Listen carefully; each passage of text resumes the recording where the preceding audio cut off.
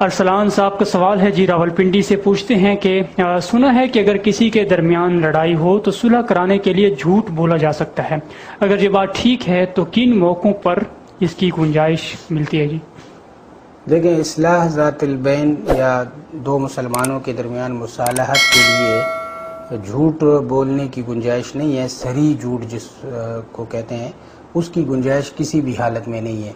अलबत्ता ये जो मसला है उसका मतलब ये है कि ऐसी गोल मोल बात करना, जिसको तौरिया कहते हैं, जिसको इस्तिलाही तौर पर तौरिया कहते हैं, उसकी गुंजाइश है कि जिसके दो मतलब हों। एक मतलब मुतकल्लिम मुराद ले ले और मुखातब को दूसरा मतलब महसूस हो। तो इस तरह की गोल मोल बात करना ताकि दो मुसलमानों का निज़ा ख़त्म हो जाए और उनमें मुसालहत हो जाए, इस मकसद के लिए इसकी गुंजाइश है। जहाँ भी इस तरह की ज़रूरत हो तो वहाँ पर ऐसी गोल मोल बात की जा सकती है। अलबत्ता सरी झूठ बोलने की इजाज़त नहीं है।